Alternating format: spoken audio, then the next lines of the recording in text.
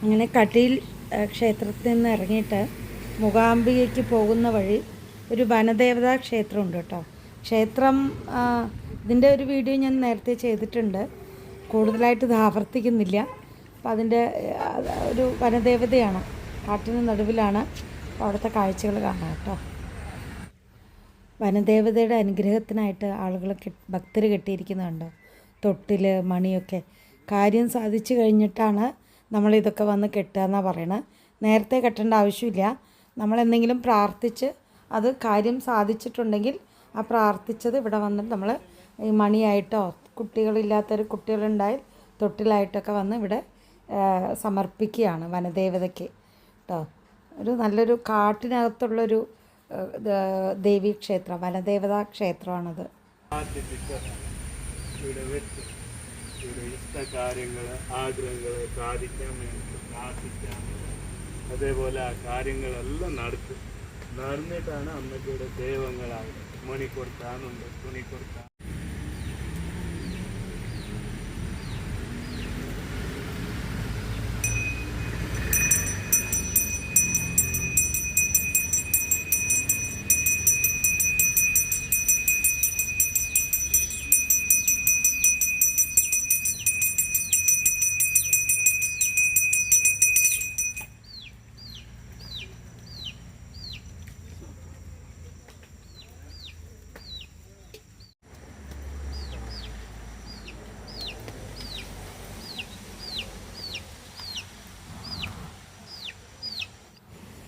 വനദേവതമായിട്ട് കുറേ പ്രതിഷ്ഠകളുണ്ട് കേട്ടോ, രണ്ട് വശങ്ങളിലായിട്ടും ഉണ്ട്.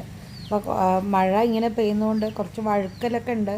അതുകൊണ്ട് ഇവിടെ നിന്ന് തന്നെ പ്രാർത്ഥിച്ചോളൂ പറഞ്ഞു പുള്ളി. അതുകൊണ്ടാണ് നമ്മൾ അവിടെ തന്നെ പ്രാർത്ഥിച്ചിട്ട് തിരിച്ച് മൂകാംബികയിലേക്ക് പോവുകയാണ് കേട്ടോ.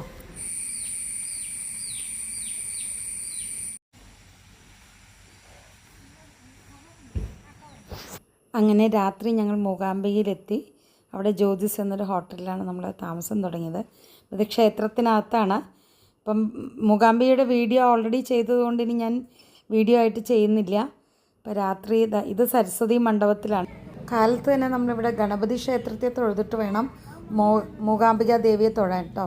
അപ്പോൾ ആദ്യം ഇവിടെ ഗണപതി ക്ഷേത്രത്തിൽ വന്ന് ഭഗവാനെ തൊഴുത് പൂജയ്ക്ക് കൊടുത്തിട്ടാണ് നമ്മൾ പിന്നീട് മൂകാംബികയിലേക്ക് പോവുക. ഇവിടെ നിന്ന് ഗണപതി ഭഗവാനെ തൊഴുത് ഭഗവാന്റെ അനുഗ്രഹത്തോടു കൂടിയാണ് പിന്നെ മൂകാംബികയിൽ പോകുന്നത്. പൂജയ്ക്കായിട്ട് മൂകാംബിക ക്ഷേത്രത്തിലേക്ക് പോവുകയാണ്. കാലത്താണ് കേട്ടോ. അപ്പോൾ 3 ദർശനമാണ്. രാത്രിത്തെ ദർശനം, രാവിലത്തെ ദർശനം, പിന്നെ ഒരു 11 മണിക്കുള്ള ദർശനം. അങ്ങനെ 3 ദർശനമായിട്ടാണ് മൂകാംബിക ദേവി. നമ്മളതിനകത്ത് പ്രവേശിച്ചിട്ടുണ്ട്.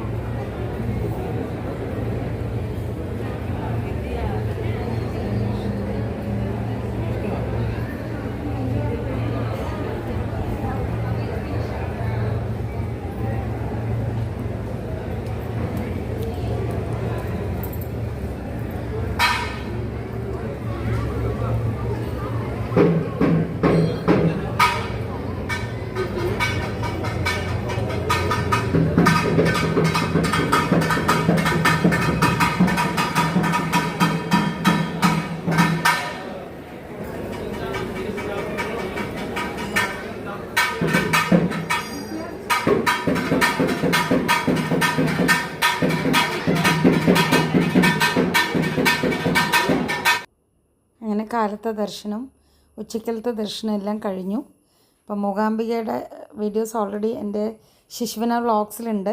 അപ്പോൾ പോയാൽ നിങ്ങൾക്ക് ഡീറ്റെയിൽ ആയിട്ട് കാണാൻ പറ്റും. ഗംഭീരമായൊരു അനുഭവമാണ് മൂകാംബിക ക്ഷേത്രം എന്ന് പറയുന്നത്. കണ്ടിട്ടില്ലെങ്കിൽ തീർച്ചയായിട്ടും കാണേണ്ടതും ആ ഭക്തി അനുഭവിക്കേണ്ടതാണ്. നന്ദു ഇതുവരെ കണ്ടിട്ടുണ്ടായിരുന്നില്ല, അതുകൊണ്ടാണ് ഞാൻ നന്ദുവിനെ കൊണ്ടുപോയത്. ഇവിടെ സരസ്വതി മണ്ഡപത്തിലിരുന്ന് അവൻ ശ്ലോകങ്ങളൊക്കെ പറഞ്ഞു. വലിയ കുട്ടികളാണെങ്കിലും അവിടെ പോയി നമുക്ക് പ്രാർത്ഥനയൊക്കെ ചെയ്യാം. കുട്ടികളെ തീർച്ചയായിട്ടും കൊണ്ടുപോവുക. ദേവിയുടെ അനുഗ്രഹം തീർച്ചയായിട്ടും ഉണ്ടാവും.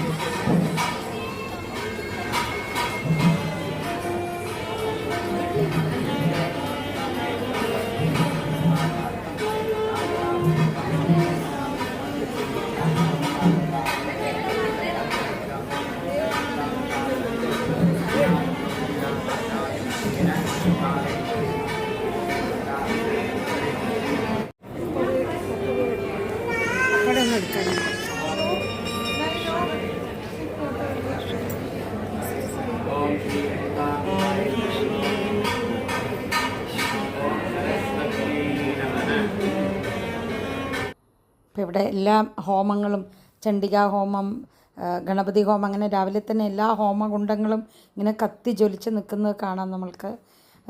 അതുപോലെ നന്ദി ഭഗവാന്റെ ചെവിയിൽ നമ്മുടെ ആഗ്രഹങ്ങൾ പറഞ്ഞാൽ സഫലമാവുമെന്ന് വിശ്വാസം കൂടി ഉണ്ട്. അപ്പോൾ അങ്ങനെ ഞങ്ങൾ ഇവിടെ നിന്ന് ഹോട്ടലിലെത്തി തിരിച്ച് ചെക്കൗട്ട് ചെയ്ത് ഇനി യാത്ര തുടരുകയാണ്. നമ്മൾ ചെക്കൗട്ട് ചെയ്തിട്ട് തിരിച്ച്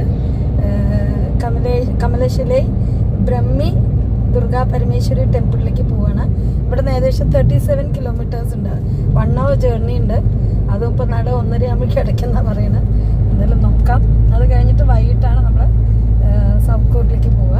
അപ്പോൾ ഈ ക്ഷേത്രവും കൂടെ മൂകാംബികയിൽ ദേവിയുടെ ഇന്നലെ ഞാൻ പറഞ്ഞ പോലെ ത്രിപുര സുന്ദരികളാണ്.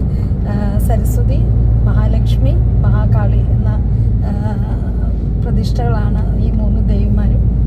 അപ്പോൾ അതും കൂടെ സന്ദർശിച്ചിട്ടാണ് ഇന്ന് നമ്മൾ വൈകിട്ടാണ് മടങ്ങുന്നത്. ഈ കമലശിലയിൽ വാൻസേ ഹൾഡി വഴിയാണ് നമ്മൾ കമലശിലയിലേക്ക് പോകുന്നത്. ഏകദേശം 35 കിലോമീറ്ററാണ്. ഇതും ഒരു വനപാതയാണ്. കുബ്ജ നദിയുടെ തീരത്താണ് ഈ ക്ഷേത്രം സ്ഥിതി ചെയ്യുന്നത്. ഐതിഹ്യത്തിലെ 3 ദേവിമാരിൽ ഇളയ സഹോദരിയാണ് ഈ കമലശില ദേവി. ഷൗക്കൂറിലെ ദേവിയും കമലശില ദേവിയും 2 ക്ഷേത്രങ്ങളും സ്ഥിതി ചെയ്യുന്നത് കുബ്ജ നദിയുടെ തീരത്താണ് കേട്ടോ. വളരെ നിബിഡമായ വനത്തിലൂടെയും മലപ്രദേശങ്ങളിലൂടെയും ഉള്ള ഒരു പാതയാണ് ഈ ക്ഷേത്രത്തിലേക്കുള്ള വഴി. ഇവിടെ വീടുകളൊക്കെ വളരെ ചുരുക്കമാണ് കേട്ടോ. വാഹനങ്ങൾ, ഈ ക്ഷേത്രത്തിൽ പോകുന്ന വാഹനങ്ങൾ വരുന്നു എന്നല്ലാതെ വളരെ അവിടെ ഇവിടെയായിട്ട് 1-2 വീടുകൾ, ഓടിട്ട വീടുകൾ മാത്രമേ നമുക്ക് കാണാൻ പറ്റുള്ളൂ. അത്രയും വനപ്രദേശത്തുള്ളൊരു മഹാക്ഷേത്രമാണ് ഈ ക്ഷേത്രം. ഇരുവശവും കാടും കുന്നും നിറഞ്ഞ വളരെ ദുർഘടമുള്ളൊരു വഴിയാണത്. മഴക്കാലത്തൊക്കെ വരിക എന്ന് പറഞ്ഞാൽ വളരെ പ്രയാസമായിരിക്കും. ഇപ്പോഴൊരു ചെറിയ ചാറ്റൽ മഴയൊക്കെ ഉണ്ട്. മഴ പെയ്തു പോയ ലക്ഷണങ്ങളുണ്ട്. വളരെ ഭീതിജനകമായ ഒരു വഴിയാണെന്നും കൂടെ പറയാം. പകൽ നേരത്ത് വരാൻ സുഖമായിരിക്കും. രാത്രി കാലത്ത് വളരെ സൂക്ഷിച്ച് വരേണ്ട ഒരു സ്ഥലം കൂടിയാണ്. പക്ഷേ ഭക്തി നിർഭരമായ ഒരു വഴിയാണെന്നും കൂടെ പറയാം. ഒരുപാട് ഹെയർ പിൻസും വളവുകളും ഉള്ള ഒരു പാതയാണിത്. ഈ വഴിയിലൂടെ പോകുമ്പോൾ നമ്മൾക്ക് ഇരുവശത്തുമായിട്ട് നമുക്ക് നദി കാണാം. അതാണ് കുബ്ജ നദി. കുബ്ജ നദീ തീരത്താണ് കമലശില ബ്രഹ്മി ദുർഗാ പരമേശ്വരി ക്ഷേത്രം സ്ഥിതി ചെയ്യുന്നത്. നല്ല ഇരുവശത്തും നന്നായി ഒഴുകുന്ന ഒരു നദിയാണ് ഈ നദി. കുന്നും മേടും കാടും മരങ്ങളും വൃക്ഷങ്ങളും മഴയും എല്ലാം ഈ പ്രകൃതിയെ വല്ലാതെ ഒരു ബ്യൂട്ടിഫുൾ ആക്കുന്നുണ്ട്. The landscape is very beautiful. അത്രയും നല്ലൊരു ലാൻഡ്സ്കേപ്പിലാണ് ഈ പ്രകൃതിയെ സംരക്ഷിച്ചിരിക്കുന്നത്. അതും ഈ ക്ഷേത്രത്തിലേക്ക് പോകുന്ന ആ ഒരു ഭംഗിയുണ്ടല്ലോ, ആ അന്തരീക്ഷം തന്നെ വളരെ മനോഹരമായ ഒരു അന്തരീക്ഷമായിട്ട് നമുക്ക് കാണാം. നമ്മൾ ഏകദേശം ക്ഷേത്രത്തിൻ്റെ എൻട്രിയിലേക്ക് എത്തി. ഇതാണ് ക്ഷേത്രത്തിലേക്കുള്ളൊരു എൻട്രി. അവിടെ നിന്ന് ഏകദേശം ഒരു 2 കിലോമീറ്റേഴ്സ് നമ്മൾ അകത്തേക്ക് പോകണം. ഇതാണ് എൻട്രി ഓഫ് ദ ടെമ്പിൾ. ഇതിനകത്തൂടെ കടന്ന് ഈ പാതയോരത്തുകൂടെ മഴ പെയ്യുന്നുണ്ട് കണ്ടോ, മഴയുടെ ഇത് കാണാം. അപ്പം ആ മഴയും ഈ സൗന്ദര്യം ആസ്വദിച്ചുകൊണ്ട് നമ്മൾ ക്ഷേത്രത്തിലേക്ക് മുന്നോട്ട് പോയിക്കൊണ്ടിരിക്കുകയാണ്. നമ്മൾ ഏകദേശം ക്ഷേത്രത്തിൻ്റെ അടുത്തേക്ക് ഇറങ്ങിപ്പോവാണ്. ഇറക്കമുള്ള ഒരു റോഡാണ്. ആ റോഡിങ്ങനെ ഇറങ്ങി നമ്മൾ എത്തുന്നത് ക്ഷേത്ര കവാടത്തിൻ്റെ മുന്നിലായിരിക്കും. കണ്ടോ, അമ്പലത്തിന് നമുക്കിവിടെ തന്നെ കാണാൻ പറ്റും. വലിയൊരു ഗോപുരം. അത്യാവശ്യം നല്ല തിരക്കുണ്ട് കേട്ടോ. അപ്പം എനിക്കൊന്ന് മൂകാംബിക വന്നവർ ഏകദേശം ഈ ക്ഷേത്രത്തിലും കൂടെ വന്ന് പ്രാർത്ഥിച്ചിട്ടേ പോകുന്നുള്ളൂ തോന്നുന്നുണ്ട്. അപ്പം ക്ഷേത്ര കവാടത്തിന് ഫ്രണ്ടിലെത്തി. നമുക്ക് ക്ഷേത്രത്തിലേക്ക് പ്രവേശിക്കാം. നിബിഡമായ വനവും കുബ്ജ നദിയോട് ചേർന്ന് നിൽക്കുന്ന പ്രകൃതി രമണീയമായ ഒരു ക്ഷേത്രമാണിത് കേട്ടോ. ഈ ഗ്രാമത്തിനെ തന്നെ വിളിക്കുന്നത് കമലശില എന്നാണ്. അങ്ങനെ നമ്മളിതാ ഈ ക്ഷേത്രത്തിലെത്തി കേട്ടോ. ശ്രീ ബ്രഹ്മി ദുർഗാ പരമേശ്വരി ദേവസ്ഥാനാന്ന് മോളുടെ ശ്രീ ബാക്കി എനിക്കറിയില്ല, കമലശില, ശ്രീ ക്ഷേത്ര കമലശില അതാണ് എഴുതിയിരിക്കുന്നത്. അപ്പോൾ നമുക്ക് അമ്പലത്തിലേക്ക് പോവാം. വീഡിയോ എടുക്കാൻ പറ്റുമോ അറിയില്ല, കാണിക്കാൻ പറ്റുമെന്നൊക്കെ കാണിക്കട്ടോ. അപ്പോൾ ശിവേട്ടനും നന്ദു എന്താ ഫ്രണ്ടിൽ കയറുന്നുണ്ട് അമ്പലത്തിലേക്ക്. ക്ഷേത്രത്തിലെ പ്രാധാന്യം എന്താ വെച്ചാൽ ഇത് സ്വയംഭൂ ലിംഗരൂപത്തിലുള്ള പ്രതിഷ്ഠയാണ് കേട്ടോ. സാകാര രൂപത്തിലുള്ള പഞ്ചലോഹ വിഗ്രഹം കൊണ്ട് നിർമ്മിതമായ ഒരു വിഗ്രഹമാണ് ദേവിയുടേത്. വീഡിയോ അകത്ത് എടുക്കാൻ പറ്റില്ല. താമരയുടെ ആകാരത്തിലുള്ള ഒരു ശിലയ്ക്ക് മുകളിലായതുകൊണ്ടാണ് കമലശില എന്ന പേര് ഈ അമ്പലത്തിന് ഈ പ്രദേശത്ത് ഉണ്ടായത്. ഇത് വീരഭദ്രസ്വാമിയുടെ ക്ഷേത്രമാണ്. അവിടെയും നമ്മൾ പുറത്ത് വന്ന് അവിടെയും തൊഴുത് ഉപഗ്രഹങ്ങളുണ്ട്, ഗണപതി ഉപഗ്രഹങ്ങളുണ്ട്. ഇവരെല്ലാം പ്രാർത്ഥിച്ചിട്ടാണ് നമ്മൾ ഇത്രയും വലിയൊരു ക്ഷേത്രമാണ് കേട്ടോ. ഈ ക്ഷേത്രത്തിന് ഏകദേശം 2000 വർഷം പഴക്കമാണ് കാണിക്കുന്നത്. സ്കന്ദ മഹാപുരാണത്തിൽ ഇതിനെപ്പറ്റി വളരെയധികം വിശേഷിപ്പിച്ചിട്ടുണ്ട്. ഈ ക്ഷേത്രത്തിൻ്റെ ഐതിഹ്യം പറയുകയാണെങ്കിൽ പണ്ടൊരിക്കൽ ദേവലോകത്ത് പിങ്കള എന്നൊരു അതിസുന്ദരിയായ ഒരു നർത്തകി ഉണ്ടായിരുന്നു. അവൾക്ക് തൻ്റെ രൂപത്തിൽ ഭയങ്കര അഹങ്കാരമായിരുന്നു. അപ്പോൾ ഒരു സദസ്സിൽ വെച്ചിട്ട് പാർവതി ദേവിയെ അവൾ അപമാനിക്കുകയാണ് ചെയ്തത്. അതിൽ ദേഷ്യം വന്നിട്ട് പാർവതി ദേവി അവളെ ശപിച്ചു. ഒരു കുബ്ജയായിട്ട് എന്ന് വെച്ചാൽ ഒരു കൂനിയായിട്ട് നീ മാറട്ടെ എന്ന് പറഞ്ഞ് ശപിച്ചു. അതിൽ സങ്കടം വന്ന പിങ്കള ശാപമോക്ഷം ചോദിച്ചപ്പോൾ ദേവി പറഞ്ഞു, ഭൂമിയിൽ സഹ്യാദ്രി മലകൾക്ക് താഴെ ഖരാസുരന്മാരെ നിഗ്രഹിക്കാനായി സ്വയംഭുവായി ഞാൻ അവതരിക്കും. അവിടെയുള്ള ഒരു ഗുഹയിൽ പോയി നീ ആശ്രമം കെട്ടി തപസ് ചെയ്യുക. പിൽക്കാലത്ത് മധുരയിൽ വെച്ച് ശ്രീകൃഷ്ണൻ നിന്നെ സ്പർശിക്കുമ്പോൾ ശാപം മാറി പൂർവ്വരൂപം പ്രാപിക്കുമെന്ന് ശാപമോക്ഷം കൊടുത്തു. അങ്ങനെ ഭൂമിയിലെത്തിയ പിങ്കള തപസ് ചെയ്ത് അവിടെ നിന്ന് ഉത്ഭവിച്ച പുണ്യ നദിയാണ് ഈ പറഞ്ഞ കുബ്ജാ നദി. നിന്ന് കുറച്ച് മാറിയാൽ സുബാർശ ഗുഹ എന്ന് പറഞ്ഞൊരു ഗുഹയുണ്ട്. ഇതാണ് സുബാർശ ഗുഹ. ഇതാണ് മൂലസ്ഥാനം കേട്ടോ ക്ഷേത്രത്തിൻ്റെ. പിൻകാലത്ത് സുബാർഷു എന്നൊരു ചക്രവർത്തി മോക്ഷം നേടാൻ വേണ്ടിയിട്ട് ഈ ഘോരവനത്തിൽ എത്തുകയും ആ ഗുഹാ പരിസരം കണ്ട് അതിനകത്ത് കഠിന തപസ് ചെയ്ത് അദ്ദേഹത്തിൻ്റെ തപസ് കാവൽ നിൽക്കാൻ സാക്ഷാൽ പരമേശ്വരൻ തൻ്റെ ഗണമായ സിദ്ധേശ്വര ഭൈരവനെ അയച്ചു എന്നും കൂടെ ഇതിൽ പറയുന്നു.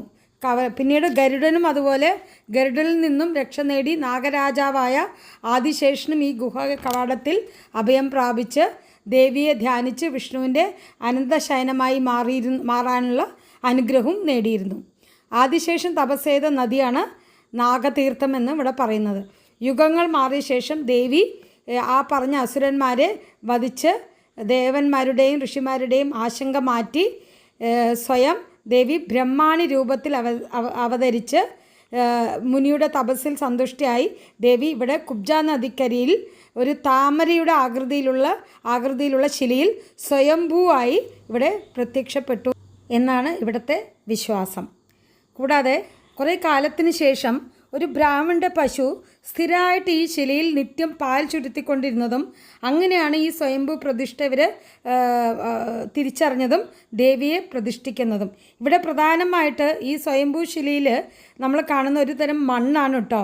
ഒരു തരം മണ്ണാണ് ഇവിടെ പ്രസാദമായിട്ട് തരിക. ദേവി അഷ്ടബന്ധനം ചെയ്തിരിക്കുന്നത് മണ്ണ് കൊണ്ടാണ് കേട്ടോ. കണ്ടോ, ഇതാണ് ദേവി അഷ്ടബന്ധനം ചെയ്ത മണ്ണ് കേട്ടോ. ഈ മണ്ണാണ് ഇവിടെ പ്രസാദമായിട്ട് നമ്മൾക്ക് തരിക. പിന്നെ എല്ലാ പൂജാതി കർമ്മങ്ങളും ഉണ്ട്, ഗണപതി ഉണ്ട്, എല്ലാ ഭഗവാന്മാരും ഉണ്ട്.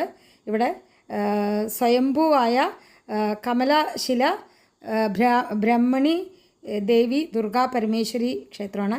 ഇനി നമ്മൾ അന്നദാനത്തിലേക്ക് പോകാം കേട്ടോ. അന്നദാനം ഇതിൻ്റെ മുകളിൽ തന്നെയാണ്. അപ്പോൾ നമ്മൾ അന്നദാനം കഴിക്കാൻ അവിടെ നിന്ന് അവർ സ്വാമി പ്രത്യേകിച്ച് പറഞ്ഞു, ഭക്ഷണം കഴിച്ചിട്ട് പോയാൽ മതി, വളരെ വിശിഷ്ടമായ അന്നദാനം എന്നാണ് പറഞ്ഞത്. ഓക്കെ, ഇവിടെയാണ് നമ്മൾ ഭക്ഷണം കഴിക്കാൻ വരും കേട്ടോ.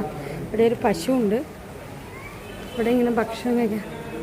ബ്രഹ്മ ഭോജനശാല, ശ്രീ ബ്രാഹ്മണി ഭോജനശാല. ഇവിടെ ഒരു പശു ഇങ്ങനെ നിൽക്കുന്നുണ്ട്.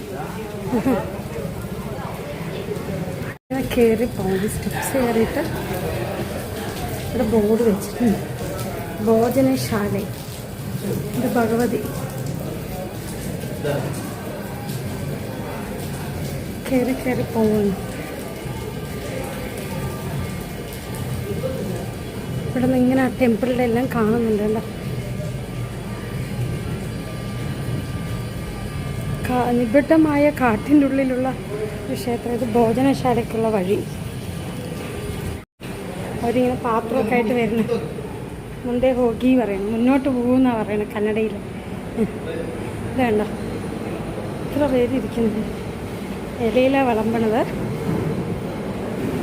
അതിഗംഭീരമായിട്ടുണ്ട് അല്ലേ? അതിനൊരു ഭാഗ്യം. വലിയ അന്നദാന വലിയ ഹോളാണ്, ഇഷ്ടംപോലെ ആൾക്കാർ.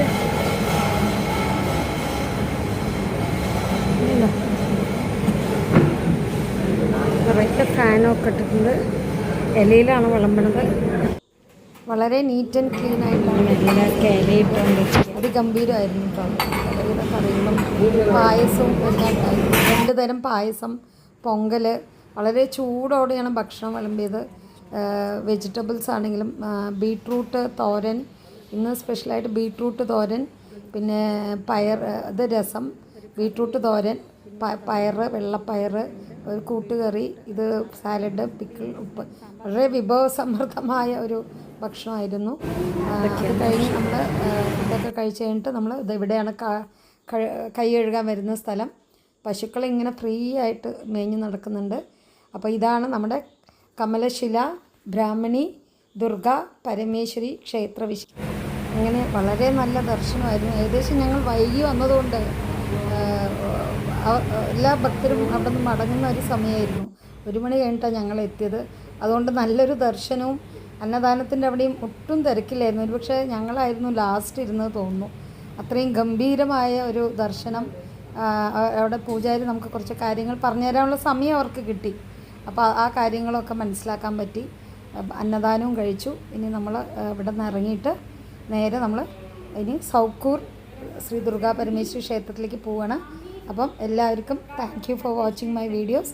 Please watch and subscribe Shishuvana vlogs. Thank you for your support. ഇനിയും കൂടുതൽ ഇനി ഇതിൻ്റെ അടുത്ത സൗക്കൂറിൻ്റെ അടുത്ത വീഡിയോയിൽ കാണിക്കാം. കാരണം എല്ലാ വീഡിയോയും കൂടെ ഉൾപ്പെടുത്തിയാൽ വീഡിയോ ലെങ്ത് കൂടുന്ന കാരണമാണ്. So thank you so much for watching.